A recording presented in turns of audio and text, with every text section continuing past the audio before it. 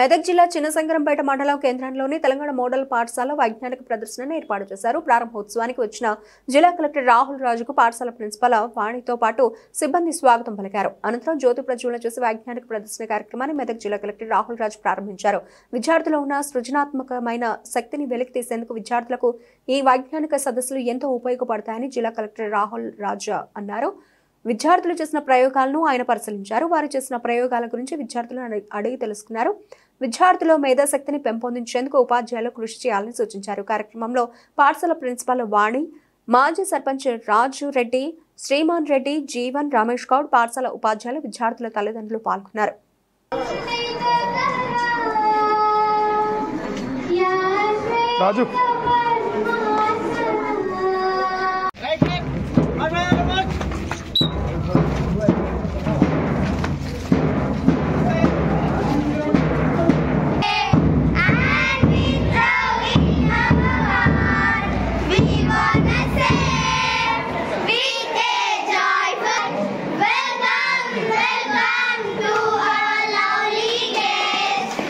Inspiration గా ఉండే విధంగా మరి ఇప్పుడు ఇందాక కూడా నేను టైం నాకు లేకుంటే బట్ అయినా కానీ కూడా సో ఎవరెవరైతే ఈ ప్రాజెక్ట్స్ చేస్తున్నారో సో ఈ సైన్స్ ఎగ్జిబిషన్ కానివ్వండి, మ్యాథ్స్ ఎగ్జిబిషన్ కానివ్వండి, కల్చరల్ ఎగ్జిబిషన్ కానివ్వండి, సో డిఫరెంట్ టైప్స్ ఆఫ్ ఎగ్జిబిషన్లో పార్టిసిపేట్ చేసిన స్టూడెంట్స్ అందరూ కూడా చాలా యూనిక్ కాన్సెప్ట్స్తోని వాళ్ళందరూ కూడా ప్రజెంట్ చేయడం జరిగింది.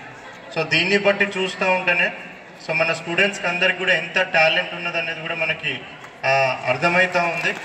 సో ఎస్పెషల్లీ పార్టిసిపేషన్ అనేది చాలా ఇంపార్టెంట్.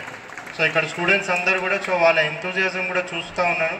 చాలా ఎంతూజియాస్టిక్గా ప్రతి ఒక్కరు కూడా పార్టిసిపేట్ చేసి సో ఆ ప్రాజెక్ట్ని వాళ్ళు ఏదైతే ప్రాజెక్ట్ చేసినారో దాన్ని ఎక్స్ప్లెయిన్ చేయాలని కూడా చాలా మటుకు కూడా ఎంతూజియాస్టిక్గా వాళ్ళు ఉన్నారు. సో నాకు టైం కన్స్టెంట్ వల్ల నేను మొత్తం కూడా కంప్లీట్గా వాళ్ళని వినలేకపోయినాను. బట్ అయినా కానీ సో వాళ్ళ ఇంట్రెస్ట్ అనేది మనం చూస్తూ ఉంటే కంపల్సరీగా ఫ్యూచర్లో వాళ్ళు సో వాళ్ళు అనుకున్న గోల్ రీచ్ అయ్యే విధంగా కూడా వాళ్ళు ఉంటారనేది కూడా అనిపిస్తూ ఉంది. ఎస్పెషల్లీ ఇక్కడ ఉన్న టీచర్స్ అందరూ కూడా మరి వాళ్ళు మోటివేట్ చేసి సో పిల్లలని ఇంత మంచిగా ఇన్నోవేటివ్ థింకింగ్, క్రియేటివ్ థింకింగ్ వచ్చే విధంగా సో వాళ్ళందరినీ కూడా ఎంకరేజ్ చేయడం, ఎస్పెషల్లీ వాళ్ళందరినీ కూడా అప్రిషియేట్ చేస్తూ ఉన్నాను. సో హోల్ హార్టెడ్గా సో క్రెడిట్ అంతా టీచర్స్కి వెళ్తూ ఉంటుంది. సో మనము సక్సెస్ అయినామా లేకపోతే ప్రాపర్గా చేసినామా చేయలేదా అది ఇంపార్టెంట్ కాదు, బట్ ఎఫర్ట్స్ పెట్టినామా లేదా అన్నది, ఆ ఎఫర్ట్స్ అనేవి చాలా ఇంపార్టెంట్. ఇక్కడ ఉన్న స్టూడెంట్స్ అందరూ కూడా చాలా మంచి ఎఫర్ట్స్ పెడతా ఉన్నారు. సో దాన్ని రియల్లీ వాళ్ళందరినీ కూడా అప్రిషియేట్ చేస్తూ ఉన్నాను. ఎస్పెషల్లీ 10th క్లాస్ స్టూడెంట్స్ ఎవరైతే ఉన్నారో సో మనకి చాలా టైం తక్కువగా ఉంది. సో ఈవెన్ 1 month లోపలనే మనకి 1 monthలో ఎగ్జామ్స్ రాబోతూ ఉన్నాయి. మరి ఇక్కడ ఉన్న స్టూడెంట్స్ అందరూ కూడా 10th ఎంతమంది రాస్తున్నారు ఒకసారి చేతులు లేపండి. 10th okay okay okay. So మనకి last time so 10th class స్టూడెంట్స్ని ఒకసారి జీపీఏ కూడా ఒక 3 వచ్చింది. సో మంచి మార్క్స్ మీ సీనియర్స్ అంతా కూడా మీకు ఆల్రెడీ ఒక మంచి ట్రెండ్, మీకు మంచి ఒక థ్రెషోల్డ్ ఒకటి క్రియేట్ చేసి పెట్టినారు. సో దాన్ని మీరు కంపల్సరీగా ఇంకా కూడా దాన్ని ఇంకా మించి అచీవ్ చేయాల్సిన అవసరం ఉంది. సో దానికి తగ్గట్టుగా మీ టీచర్స్ ఏవైతే మీకు చెప్తా ఉన్నారో సో ఆ టాపిక్స్ కానివ్వండి, ఆ చాప్టర్స్ కానివ్వండి ప్రాపర్గా రివైజ్ చేసుకొని ఈసారి 100% ఎవరైతే ఉన్నారో మీ అందరూ కూడా 100% పాస్ కావాలనేసి కూడా నేను ఆశిస్తూ ఉన్నాను. సో 10th కానివ్వండి, ఇంటర్మీడియట్ కానివ్వండి, ఇవన్నీ కూడా మీరు 100% ప్రతి ఒక్కరు కూడా పాస్ కావాలా. సో పాస్ ఒక్కటి అయ్యి మంచి మార్క్స్ మనం తీసుకొని వస్తే సో ఫ్యూచర్లో మనకి అందరు కూడా మంచి జాబ్స్ వస్తాయా? సో మార్క్స్ ఒక్కటే మనకి మంచి జాబ్స్ రావు. సో మార్క్స్ అనేది it is also a part of life. So మొత్తం మీ క్యారియర్ మొత్తం కూడా చూసుకుంటే అది ఒక వన్ ఆఫ్ ద పార్ట్ మాత్రమే. సో ఎప్పుడు మనకి జాబ్ వస్తుందంటే కాన్సెప్ట్స్ మనం ప్రాపర్గా క్లియర్గా మనం అండర్స్టాండ్ చేసుకుంటే, సో బేసిక్స్ మనం క్లియర్గా అండర్స్టాండ్ చేసుకొని మన బేసిక్స్ అంతా కూడా మన కాన్సెప్ట్స్ అంతా కూడా స్ట్రాంగ్ ఉంటేనే మనకి ఏదైనా మంచి ప్లేస్మెంట్, మంచి జాబ్ రావడానికి కూడా ఆస్కారం ఉంటుంది. ఒక మంచి కంపెనీ పెట్టినారు అనుకోండి ఎవరన్నా, సో మంచి కంపెనీ పెట్టినప్పుడు ఎవరైనా కానీ మంచి తెలివైన వ్యక్తిని తీసుకోవాలనుకుంటారా, హైయెస్ట్ మార్క్స్ వచ్చిన వాళ్ళని తీసుకోవాలనుకుంటారా? ఎవరిని? తెలివైన వ్యక్తినే తీసుకోవాలనుకుంటారు. అందుకే మనకి ఇన్ని జాబ్స్లో కూడా యాప్టిట్యూడ్ టెస్ట్ పెడతారు.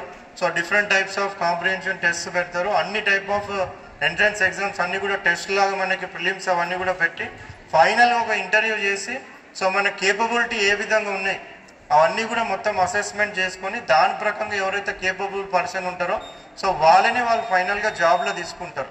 సో దాన్ని బట్టి మనకి ఏమర్థమవుతుందంటే ఎగ్జామ్ రిజల్ట్ అన్నది ఫైనల్ కాదు. సో ఎగ్జామ్లో మనం మంచి మార్క్స్ వస్తే మనకు కంపల్సరీగా జాబ్ వస్తుంది అనేసి గ్యారంటీ ఉండదు. సో ఎప్పుడైతే మనం innovative thinking, creative thinking, so అవి మనము ఇన్హరెంట్గా బిల్డప్ చేసుకొని, సో ఇప్పుడు ఇందాక మనం చూస్తూ ఉన్నాం ఎగ్జిబిషన్లో చాలామంది పార్టిసిపేట్ అయ్యి చాలా మటుకు కూడా ఇన్నోవేటివ్ థింకింగ్, క్రియేటివ్ థింకింగ్ వాళ్ళందరూ కూడా డెవలప్ చేసుకొని వాళ్ళు పార్టిసిపేట్ అయినారు. సో ఎప్పుడైనా కానీ ఇటువంటి ఇన్నోవేటివ్ మైండ్ సెట్ వాళ్ళకి, సో క్రియేటివ్ మైండ్ సెట్ వాళ్ళకి మనకి ఫ్యూచర్లో కూడా ప్లేస్మెంట్స్ వచ్చే ఛాన్స్ ఉంటాయి. సో అందుకనే మనము ఇటువంటి ఎగ్జిబిషన్స్లో కానివ్వండి, సో ఇటువంటి ఇన్నోవేటివ్ థింకింగ్ ప్రోగ్రామ్స్లో కానివ్వండి, వీటన్నిటిలో కంపల్సరీగా పార్టిసిపేట్ కావాలా. ఎస్పెషల్లీ మీరు చదివేటివన్నీ కూడా 100% కాన్సెప్ట్స్తోని చదవాలి. సో ఇప్పుడు మీకు 8th 9th స్టూడెంట్స్ కూడా ఇక్కడ ఉన్నారు. సో మోస్ట్లీ మనకి 8th 9thలో ఏదైతే మనం మ్యాథ్స్ కానివ్వండి, సైన్స్ కానివ్వండి ఇవన్నీ చదువుతామో, మళ్ళీ మనం ఎంపీసీ బైపీసీ తీసుకున్నప్పుడు సో 8th 9thలో చదివిన వాటికి కంటిన్యూషన్గా మనకి ఇంటర్ ఫస్ట్ ఇయర్లో మనకి అన్ని చాప్టర్స్ నెక్స్ట్ పార్ట్ లాగా కంటిన్యూషన్ అయితే 10th క్లాస్లో మనం ఏవైతే చాప్టర్స్ చదువుతామో అవి మ్యాక్సిమం మనకి సెకండ్ ఇయర్లో దాని నెక్స్ట్ లెవెల్ మనకి సెకండ్ ఇయర్లో ఉంటాయి. అంటే 8th 9th 10th ఈ మూడు కూడా చాలా ఇంపార్టెంట్, ఫౌండేషన్కి మనకి చాలా ఇంపార్టెంట్. 8th 9th 10th ఈ 3 years మనం ప్రాపర్గా చదివినట్టయితే, మన కాన్సెప్ట్స్ స్ట్రాంగ్గా మనం బిల్డప్ చేసినట్టయితే ఇంటర్ అనేది మనం ఈజీగా కూడా క్లియర్ అయిపోవడానికి ఛాన్స్ ఉంటుంది. సో అదేవిధంగా ఇంటర్లో కూడా మనం ఏదైతే చదువుతామో అవి స్ట్రాంగ్ కాన్సెప్ట్స్తోని మనం బిల్డప్ చేసినట్టయితే తర్వాత మనం బీటెక్కి వెళ్ళినా, లేకపోతే తర్వాత ఎంబీబీఎస్కి వెళ్ళినా, లేకపోతే ఇతర ఎంబీఏ కోర్సెస్కి వెళ్ళినా, so other type of courses, graduation courses, degree కానీ ఏమైనా ఏ కోర్సెస్కి వెళ్ళినా కానీ ఈ బేసిక్స్ 8th 9th 10th +1 +2 ఈ 5 years మనం ఏవైతే చదువుతామో దాన్ని బట్టి మన ఫ్యూచర్ ఏ డైరెక్షన్లో వెళ్తుంది అనేది కూడా డిసైడ్ కావడం జరుగుతుంది. సో మీ అందరికీ కూడా నేను బెస్ట్ విషెస్ చెప్తా ఉన్నాను. ఈ 5 years కూడా చాలా జాగ్రత్తగా చదవండి, కాన్సెప్ట్స్ ప్రాపర్గా అండర్స్టాండ్ చేసుకోండి. జస్ట్ మనం మార్క్స్ మంచిగా రావడానికి బైహార్ట్ చేసేసి బట్టి కొట్టేసి ఏదో ఒకటి రాస్తే దానివల్ల మనకి ఏ విధమైన ఉపయోగం ఉండదు. ఫైనల్గా ఎవరికన్నా కానీ మనం ఏదైతే స్టడీస్ చదివినామో అది యూజ్ కావాలంటే మనం చేసే జాబ్ని బట్టే డిపెండెంట్ అయి ఉంటుంది.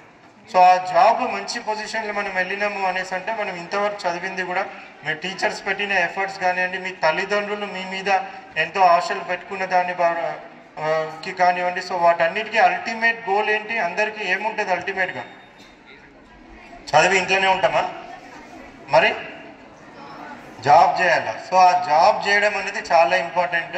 సో ప్రతి ఒక్కరు కూడా మీకు ప్రైవేట్ స్కూల్స్కి దీటుగా, అంటే ప్రైవేట్ స్కూల్ ఎడ్యుకేషన్ ఎంత పర్ఫెక్ట్గా మనం ఇస్తూ ఉన్నామో, సో ఇంగ్లీష్ మీడియం ఎడ్యుకేషన్ అందరికి కూడా అంత పర్ఫెక్ట్గా, ఇప్పుడు ఇందాక కూడా నేను అందరు చూస్తున్నాను, అందరు ఇంగ్లీష్లో చాలా మంచిగా వాళ్ళందరూ కూడా ఎక్స్ప్లెయిన్ చేస్తున్నారు, కాన్ఫిడెంట్గా కూడా వాళ్ళందరూ కూడా మాట్లాడుతూ ఉన్నారు. సో అటువంటి కాన్ఫిడెన్స్ అనేది నార్మల్ ఇంగ్లీష్